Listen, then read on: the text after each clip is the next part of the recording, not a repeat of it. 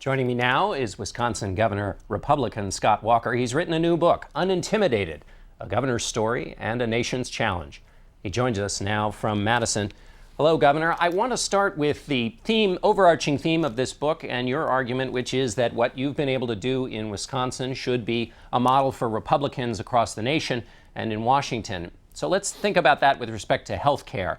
You fought the president's health care law in the courts. You also declared that you didn't want any additional Medicaid money from that. But once it was passed, you said it's the law, and you put some of your citizens into the federal exchange. Is that the model for Republicans, that now that the law is passed, work within it and not try these efforts to continue to repeal it?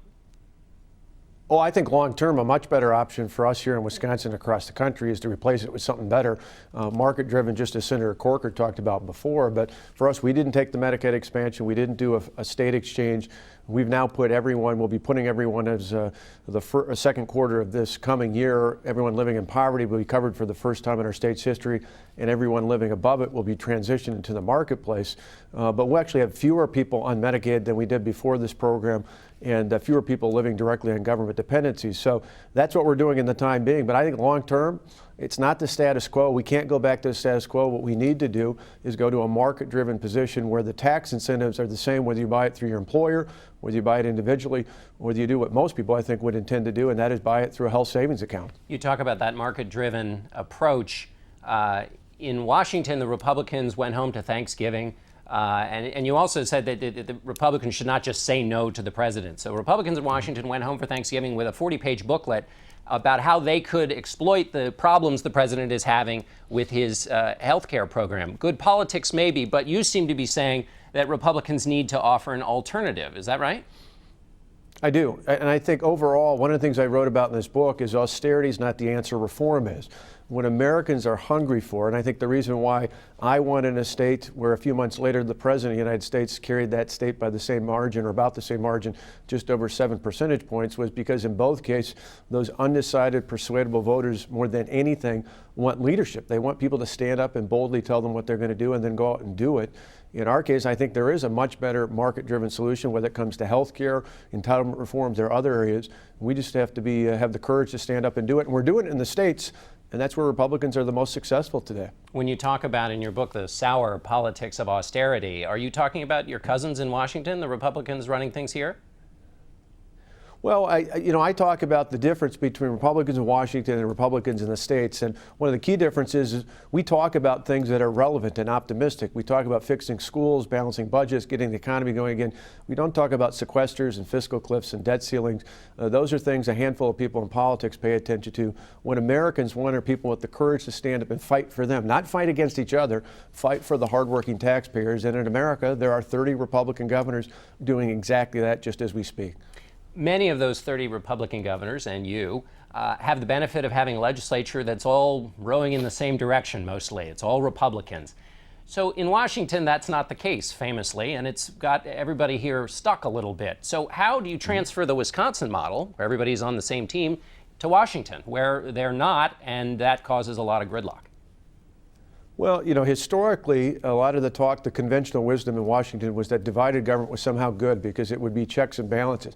I think most of us across this country have seen divided government just leads to more fighting and bickering and gridlock. In Wisconsin and many other of the battleground states of the Midwest, in 2010, we focused on our economic and fiscal crises, laid out a clear plan, and then voters in my state and many other of my surrounding states gave Republicans not only the governor's office, but the majorities in the state assembly and the state senate, or similar measures in the legislature. And I think that's the case. In 2014, Republicans need to lay out an optimistic message to regain the United States Senate. And then 2 years later after that, if the House and the Senate are controlled by Republicans, then a Republican nominee needs to make that ultimate case to give the party a chance to show what we can do, just like we've done successfully in state after state all across this great country. So anybody running for president, this talk of being able to work across the aisle, that's not useful in your view? Well, no, I think it is. There are instances where that can work, whether one party's in control or it's split government out there. But I think in the end, what people want to hear is, whether it's Democrat or Republican, they want to hear a clear plan of how they'll move forward. I think the more people look at the mess of Washington, they'll realize that divided government does not work, that the gridlock, the fighting for the sake of fighting is not working. If you look at states, I mean, look across America. Since last year's convention, I pointed out at the convention speech and just about every month since then that the unemployment rate in states led by Republican governors is consistently almost 1% lower, 1% better than in states led by Democrat governors. That's a real choice. People can look at the difference between the failures in Illinois, for example, versus the benefits of what's happening in a state like Wisconsin. You compare Texas to California, Virginia to Maryland. There's example after example out there where people can see the real difference, and those are the sorts of things we talk about in our book called Unintimidated. You are getting heralded for your focus, and so I want to ask you about that in a political context, which is you say that in your book, you say you were focused on fiscal issues. You are proudly pro-life, but you're not obsessed about it. So is that a message for the Republican Party? Focus on the fiscal issues, but when it comes to social issues, let's not be obsessed about it. Yeah, I mean, I'm not backing away from my position. As you mentioned, I said I'm proudly pro-life. But for me, the reason I was elected in 2010, the reason I was elected again in 2012, the reason I hope I'll be eventually elected yet again in 2014, like other governors across the country, is because we focused obsessively on helping fix the economy in the private sector and helping put in place a balanced budget that can sustain us at both the state and the local level. I think people want us to do that. It's not just politically popular, it's what the people elect us to do. I got to the point in the 2010 election where I was so focused on fixing our economic and fiscal crisis. John, you could have asked me at a forum what my mother's maiden name was, and I'd say it's Fitch, and every Fitch I know cares about my plan to get the economy going again and to keep our balanced budget. What do the Fitches say, Governor, about you running for president?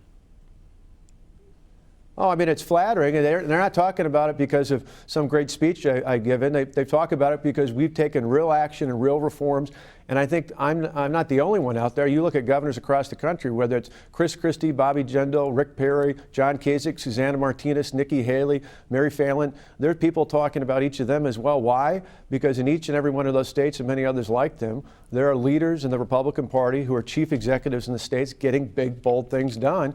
And I think that's what people are hungry for, not only in the states, but they're hungry for it across the country. All right, last question. Governor, are you running?